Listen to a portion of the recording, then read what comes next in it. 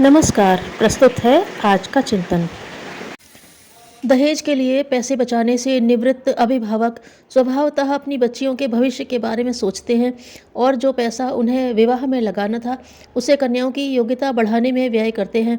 इस दृष्टिकोण के कारण जिन लड़कियों को सुयोग्य बना दिया गया वे पिता के दिए हुए इस अनुदान को आजीवन अपने साथ रखे रहेंगी। ससुराल वाले भी उसे छीन न सकेंगे। बच्ची अपने अभिभावकों की बुद्धिमत्ता एवं उदारता के आधार पर कितनी अधिक संतुष्ट रही होगी, जबकि दहेज के नाम पर दिए गए पैसे में से उसके हाथ छदाम भी नहीं रहती। कदाचित उसे किसी कष्ट संकट में फंसना पड़ा तो पिता के द्वारा विवाह में खर्च की हुई संपत्ति तो दूसरों के मनोरंजन का आधार बनकर कहीं अन्यत्र चली गई होती है। बेचारी लड़कियां तो उस अनुदान से भी कोई लाभ नहीं उठा पाती। उन्हें सब प्रकार खाली हाथ ही रह जाना पड़ता है।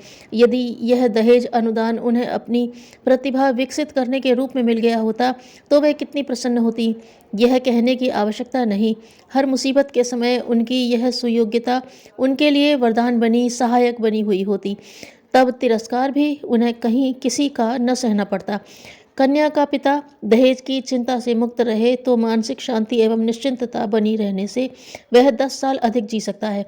बच्ची के जन्म से लेकर विवाह ही नहीं, उसके पीछे भी बहुत दिन तंग करने वाले अलन चलन से और अपने घर से लड़की के सम्मान पूर्वक स्थान पा लेने तक कन्या के अभिभावकों को चिंता बनी रहती है।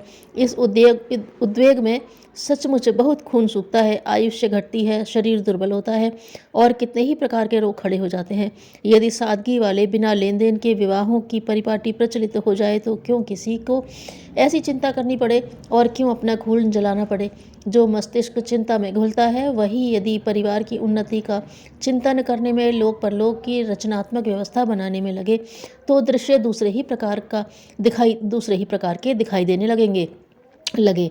चिंता यदि निश्चिंतता में बदल जाए तो मन आशंकाओं से घिरा न रहकर उत्साह उल्लास में रहे तो मनुष्य अपनी और अपने परिवार की प्रगति के लिए बहुत कुछ कर सकता है। आज योग्य से योग्य कन्याओं के गरीब अभिभावक यह कल्पना नहीं कर सकते कि उनकी लड़की अच्छे परिवार में सुयोग्य लड़का प्राप्त कर सकेंगी, क्योंकि वे जानते हैं कि ऐसे लड़के केवल अमीर लोग ही अपनी बच्चियों के लिए प्राप्त कर सकते हैं। किंतु जब लेन देन का झंझट न रहेगा तो गरीब घर की कन्याओं के लिए भी योग्य लड़का प्राप्त होने की आशा की जा सकती है। तब गरीबों और अमीरों की जो पृथक पृथक बिरादियां बनी हुई हैं वे भी झीनी पड़ने लगेंगी। आडंबर क्यों पूजा जाए?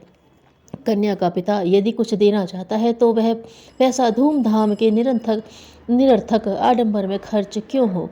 वह लड़की या लड़के की शारीरिक, मानसिक या आर्थिक स्थिति सुधारने में खर्च क्यों न हो।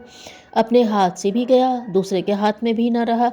बीच की निरर्थक धूमधाम खून पसीने की कमाई को चाट गई और किसकी क्या बुद्धिमत्ता रही। इसी प्रकार लड़के वालों ने यदि विवाह की धूमधाम को अपनी प्रतिष्ठा का प्रश्न न बनाया होता तो उन्हें कन्या पक्ष की आर्थिक बर्बादी का कलंक न ओढ़ना पड़ता। समझदार लोगों द्वारा उन्हें निष्ठुर, लालची, पुत्र विक्रेता आदि घृणित स्तर का व्यक्ति न समझा गया होता। जिस प्रकार लड़की वाले दहेज देते हैं उसी प्रकार लड़के वालों को कीमती जेवर, कपड़े, कीमती सौगात, कीमती धूमधाम बनानी पड़ती है। यदि इसमें किफ़ायत की जाए तो कंजर, लालची, कंगाल कहलाने और नाक कटने का खतरा फिर उपस्थित हो जाता है।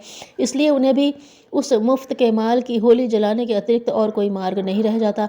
कमाई के रूप में उसे घर जमा करना सहज नहीं होता। कहते हैं कि बिल्ली खाती नहीं तो लुढ़का जरूर देती है।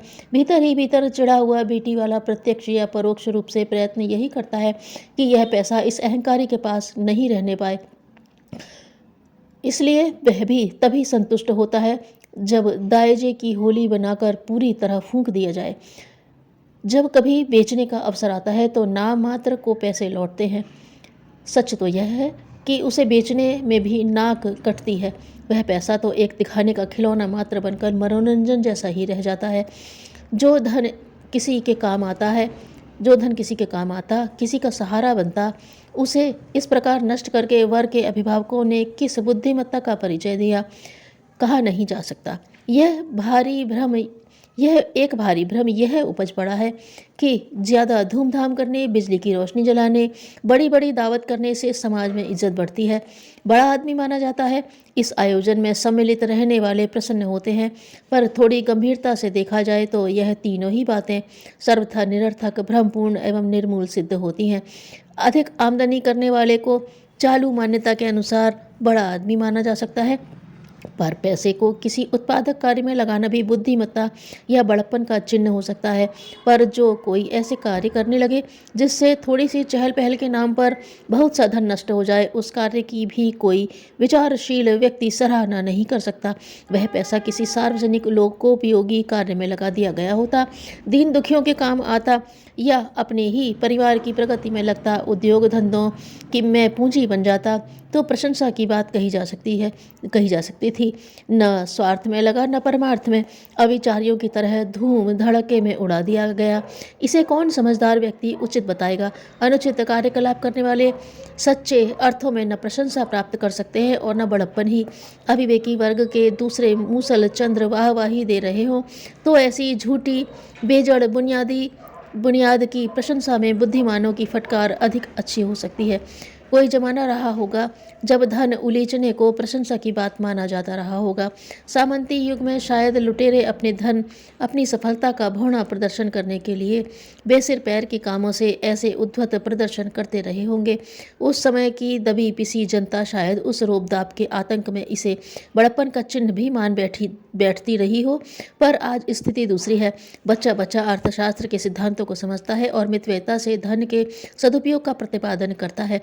इन दिनों पैसा उछालना, उसका उद्धत प्रदर्शन करना अनुचित एवं अबुद्धिमत्तापूर्ण माना जाता है। ऐसे काम करने वालों को बेईमानी से धन कमाने वाला माना जाता है और कहा जाता है हराम की कमाई बेरहमी से फूंकी जा रही है। सच तो यह है कि इन अपव्ययकर्ताओं के प्रति लोगों में घृणा के भाव जागृत होते हैं और समझा जाता है कि लोकोपयोगी कार्यों में एक पैसा खर्च न करके इस उद्धतपन में जो इतना धन उड़ा सकता है वह दुष्टात्मा, निष्ठुर हृदय, अहंकारी एवं अविवेकी होना चाहिए। अपना पैसा खर्च हुआ और हर समझदार ने घृणा की दृष्टि से देखा तो इसमें क्या बुद्धिमानी रही, क्या बड़प्पन मिला? अतः अभिभावक बुद्धिमानी का परिचय दें, अपने परिवार की प्रगति के लिए कुछ करें, दहेज में पैसों का अपव्यय रोकें, इसी में समाज का हित है। विपत्ति मनुष्य के साहस और दुख ईश्वर के प्रति दृढ़ विश्वास की परीक्षा है।